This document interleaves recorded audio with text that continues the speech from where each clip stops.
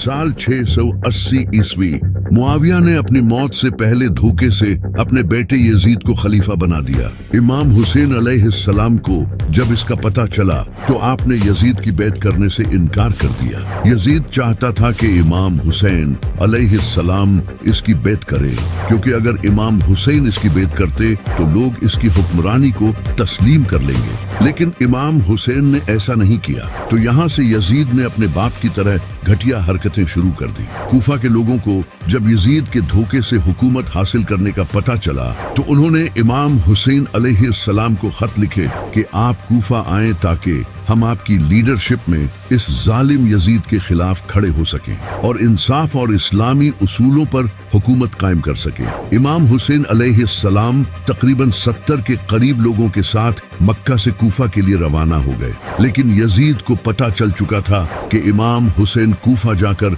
इसके खिलाफ हुकूमत खड़ी करेंगे। तो यजीद ने उस वक्त के कूफा के गवर्नर नोमान इब्न बशीर को गवर्नर की पोस्ट से हटा दिया, क्योंकि ये एक सहाबी थे और इमाम हुसैन अलैहिस्सलाम की बहुत इज्जत करते थे।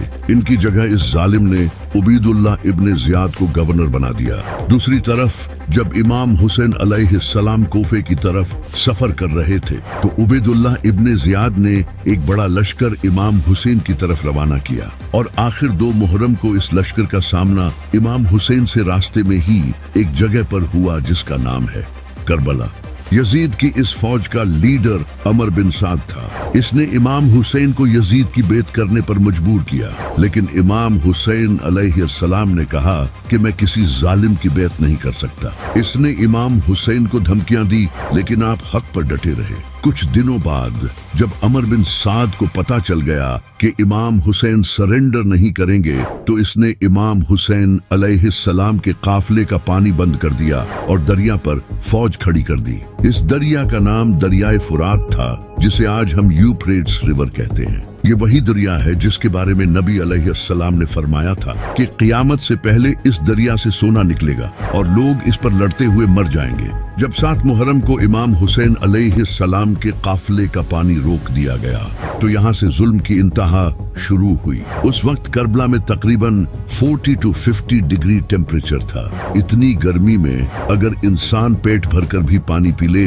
तो उसे ज्यादा से ज्यादा सिर्फ 2 से 3 घंटों तक प्यास नहीं लगेगी, लेकिन यहाँ तो पानी ही रोक दिया गया था। इमाम हुसैन अलैहिस्सलाम और इनके साथियों ने 4 दिन बगैर पानी के गुजारे। जैसे ही बगैर पानी पिए 24 घंटे गुजरते हैं तो इंसान को शदीद प्यास महसूस होती है, जिससे मुंह खुश्क होने लगता है और इंसान को थकावट होना शुरू हो जाती है। 10 मुहर्रम के दिन इमाम हुसैन अलैहिस्सलाम के बेटे अली अकबर ने आपसे लश्कर का सामना करने की इजाजत मांगी। जनाबे अली अकबर इतने खूबसूरत थे कि इनकी माँ इन्हें पर्दे में रखती थी। आप नबी अलैहिस्सलाम के हम शक्ल थे। जैसे ही जनाबे अली अकबर मैदान में गए तो एक एक करके दुश्मनों को मारने लगे। जब अमर बिन साद ने ये देखा तो वो समझ गया कि ये अली का पोता है। इसने फौज को एक साथ हमला करने का हुक्म दिया और दूर से तीरंदाजों ने आप पर तीर बरसाए, जिससे जनाबे अली अकबर पर हर तरफ से हमला होने लगा और आप शहीद हो गए। जब इमाम हुसैन अलैहिस्सलाम जनाबे अली अकबर के पास आए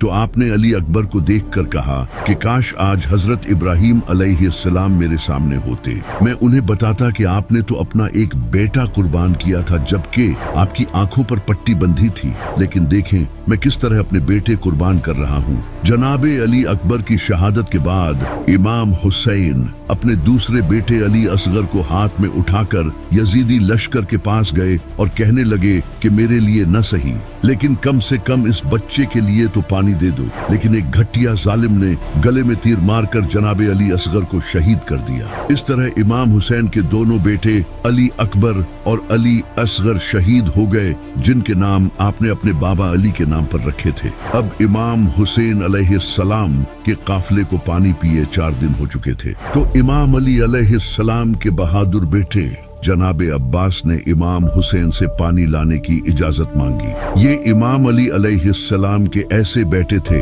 जिनकी बहादुरी देखकर लोग उन्हें इमाम अली समझते थे। हजरत अब्बास घोड़े पर सवार हुए और तेजी से दरिया की तरफ बढ़े। वहां एक लश्कर पहले से ही पहरा दे रहा था। हजरत अब्बास इस लश्कर को चीरते हुए आगे बढ़े और रास्ते में आने वाले हर मुनाफिक को कत्ल करते गए, जिसे देखकर सारी फौज पीछे हट गई और जनाबे अब्बास दरिया के पास पहुंच गए। आपने मशकीजे में पानी भरा। पानी को देखते ही जनाबे अब्बास को पीने का दिल किया, क्योंकि वो पिछले 4 दिनों से प्यासे थे।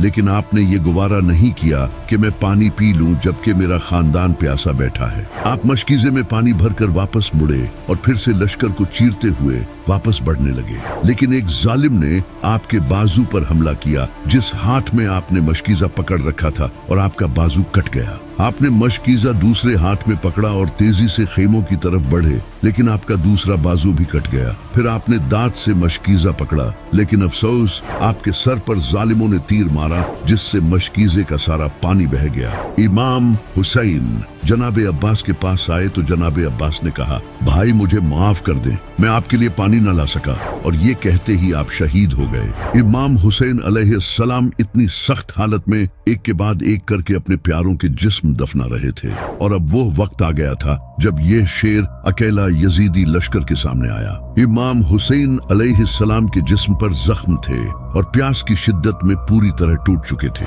आपके हाथ में एक तलवार थी जिसका नाम था जुल्फिकार। वही तलवार जो पहले नबी अलैहिस्सलाम के पास थी, वही तलवार जो इमाम अली के पास थी, और अब यही तलवार इमाम हुसैन के पास थी। इमाम हुसैन तेजी से लश्कर की तरफ बढ़े और पूरा लश्कर चीरते गए। एक के बाद एक जालिम मरते गए। 4 दिन का प्यासा शेर इतनी बहादुरी से लड़ रहा था। जब अमर बिन साद ने ये देखा तो इसने कहा, ये अली का बेटा है, इससे दूर रहो और तीरों से इस पर हमला करो। पूरे लश्कर ने इमाम हुसैन अलैहिस्सलाम पर तीर बरसाए और आपका जिस्म मुबारक तीरों से भर गया। इमाम हुसैन अलैहिस्सलाम जमीन पर गिरे और अल्लाह के सामने आखिरी सजदा किया और शहीद हो गए।